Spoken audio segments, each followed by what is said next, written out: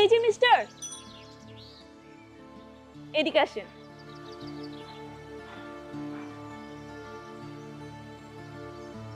High. Hello, কেমন আছেন আপনি? আমি তো ভালো আছি। আপনি আমাকে দেখেও না দেখার ভান করে কেন চলে যাচ্ছিলেন? কি বলছেন আপনি? আমি আপনাকে দেখেও না দেখার ভান করে চলে যাচ্ছি? ইম্পসিবল। আসলে আমি আপনাকে খেয়ালই করিনি।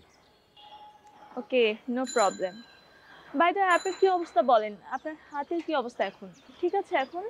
সামান্য একটু কেটে গিয়েছিল তো। এখন ঠিক আছে, ঠিক হয়ে যাবে, সমস্যা নেই। আপনি এইদিকে মানে কোথায় যাচ্ছিলেন? আহ, আমার সামনে একটা ফ্রেন্ডের বাসা আছে, ওখানে যাচ্ছিলাম। ও, ফ্রেন্ডের বাসা? তাই বলুন। আপনার সাথে এত কথা হলো, বাট আপনার নামটা জানা হয়নি। যদি আপনার প্রবলেম না থাকে, আপনি আপনার নামটা আমাকে বলতে পারেন। ছেলেদের নাম বলাতে আপত্তি থাকবে কেন? আর আমার তো একদমই নেই। আমার নাম নোমান। Nice name, Mahi. মাহি? আপনার নামটা না অনেক সুন্দর। Thank you so much. কি করেন আপনি? আসলে সেভাবে বলার মতো কিছু করি না, তবে হ্যাঁ, বিসিএস দেবো তো একটু চেষ্টা করছি। That means you are a brilliant student. আপনার ভবিষ্যৎ প্ল্যানিং কি? আম, মানে শিক্ষকতা না আমার একটু টানে। যদি কখনো সুযোগ হয় তাহলে তো শিক্ষকতা পেশাটাকে বেছে নেব। আমার না টিচিং প্রফেশনটা খুব পছন্দের। আমার ইচ্ছে আমিও টিচার হব। আচ্ছা, আপনার যদি কোনো আপত্তি না থাকে, আমরা রেস্টুরেন্টে বসে কথা বলতে পারি। ও হ্যাঁ, ঠিকই বলেছেন, কিন্তু আমার না একটু জরুরি কাজ আছে।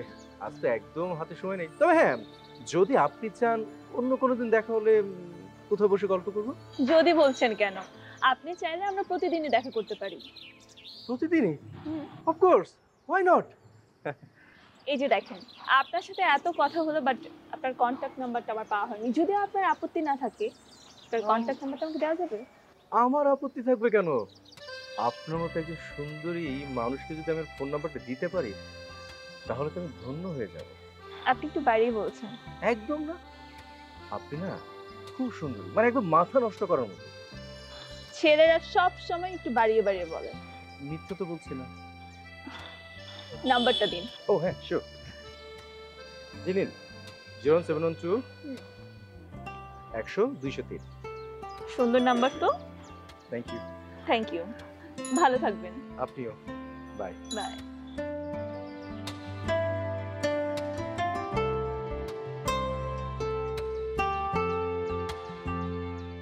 ভাইজান, আমার মাথায় তো কিছুই আসতেছে না।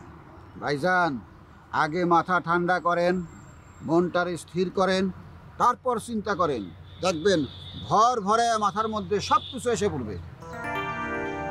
না, মাথায় কিছুই আসতেছে না। আচ্ছা ঠিক আছে, আসল কথা কওয়ার আগে আপনি আমার একটা প্রশ্নের উত্তর দেন। মানুষ হিসাবে সাহিল সাহেব কেমন? অবশ্যই খুব ভালো মানুষ। ঘোড়ার আন্ডা, হ্যাঁ? একজন বিশ্ব বজ্রাত্রী আপনি ভালো মানুষ কইতেছেন না? সাহিল সাহেব, তারে আপনি বজ্জাত বলতেছেন কেন? অবশ্যই। একজন স্বামী তার স্ত্রীরে গুম করে হোটেলে আসছে, তার আমি বজ্জাত কব না, ভালো মানুষ কব? এইটা কি বলেন আপনি? সাহিল সাহেব তার স্ত্রীকে খুন করেছে? অবশ্যই। আপনি চিন্তা করে দেখেন, স্বামী স্ত্রী দুইজন হোটেল থেকে বাড়ায় গেছে, স্বামী ফিরে আসছে, স্ত্রী ফিরে নাই। তার মানে কি স্বামী স্ত্রীরে গুম করে তারপর হোটেলে আসছে? না ভাইজান, আমি ওটা মোটেও বিশ্বাস করতে পারতেছি না। শোনেন, ওই একজন মানুষ নিজে হোটেলে ফিরে আসলো তার স্ত্রীকে রেখে, তার মানে সে তার স্ত্রীকে খুন করেছে? এইটা আমার ধারণা, আমার কঠিন ধারণা। ভাইজান, আপনার ধারণা তো ভুল হতে পারে। আপনার এই ভুল ধারণা থেকে তো একজন মানুষকে আপনি কটাক্ষ করে কথা বলতে পারেন না। ভুল ধারণা থেকে যদি আমি কটাক্ষ করি কি হইব? আপনার অসুবিধা হবে, মানুষজন আপনাকে খারাপ বলবে। খারাপ হোক, শাস্তি টাস্তি হইতে পারে। হইতেও পারে।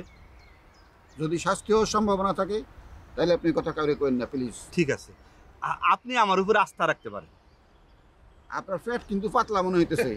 ফ্যাট পাতলা মানুষ কিন্তু কথা কয়ে ফেলায়। না ভাইজান, আপনি আমার উপরে এই বিশ্বাস রাখতে পারেন। ঠিক আছে, ঠিক আছে, আপনি আগেই কইেন না, দেখি ঘটনা কোন দিকে যায়, তাই না? ঠিক আছে। আরো প্রমাণ পাই, আরো সাক্ষী সাবুদক, হ্যাঁ। তারপরে কম। ঠিক আছে, আন্দাজে আগেই দোষারোপ করি না, পরে দেখা দেব নিজে ফাঁসে যাবো।